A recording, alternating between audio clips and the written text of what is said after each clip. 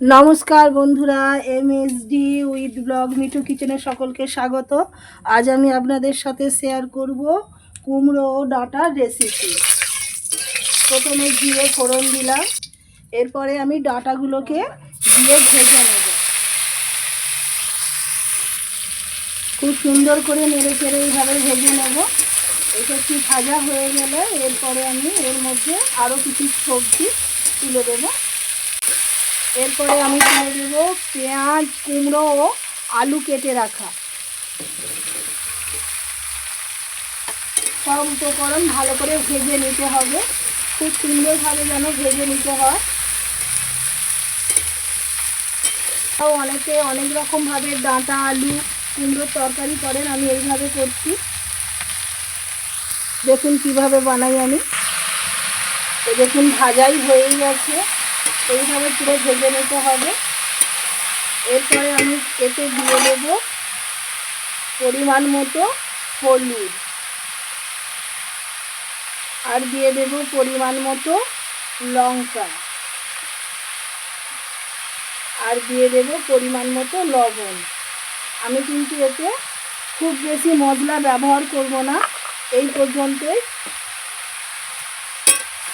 খুব সুন্দরভাবে এটা কষিয়ে নিতে হবে লঙ্কা গুঁড়ো, হলুদ গুঁড়ো, লবণ দিয়ে এইভাবে নেড়ে চেড়ে নিতে হবে। এই রেসিপি যদি আপনাদের ভালো লেগে থাকে আমার চ্যানেলটি সাবস্ক্রাইব করবেন, একটু লাইক ও কমেন্ট করবেন। আর আপনারা বাড়িতে কে কীভাবে এই রেসিপিটা বানান আমাকে কমেন্টে জানাবেন।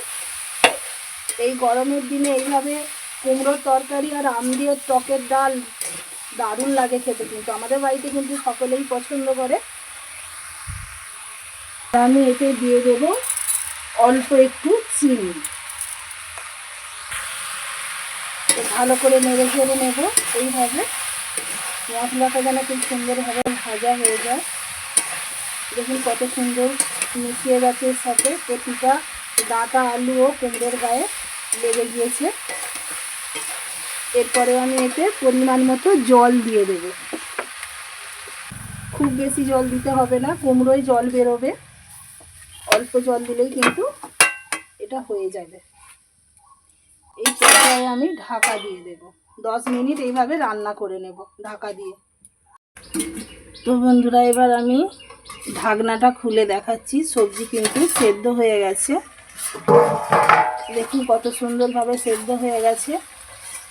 বাড়িতে এইভাবে অবশ্যই একবার ট্রাই করবেন। আমি কিন্তু এতে লঙ্কা, হলুদ গুঁড়ো ছাড়া অন্য কোনো বাটনা ব্যবহার করিনি। খেতে কিন্তু অসাধারণ লাগে। এইভাবে একবার অবশ্যই বাড়িতে রান্না করে দেখবেন। এবার আমি নামিয়ে নেব।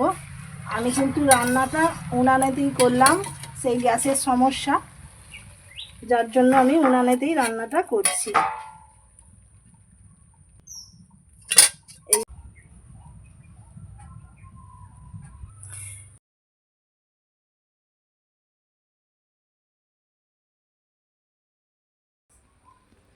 আবার দেখা হবে নতুন কোনো রেসিপি নিয়ে। নমস্কার বন্ধুরা, সকলে সুস্থ ভালো থাকবেন।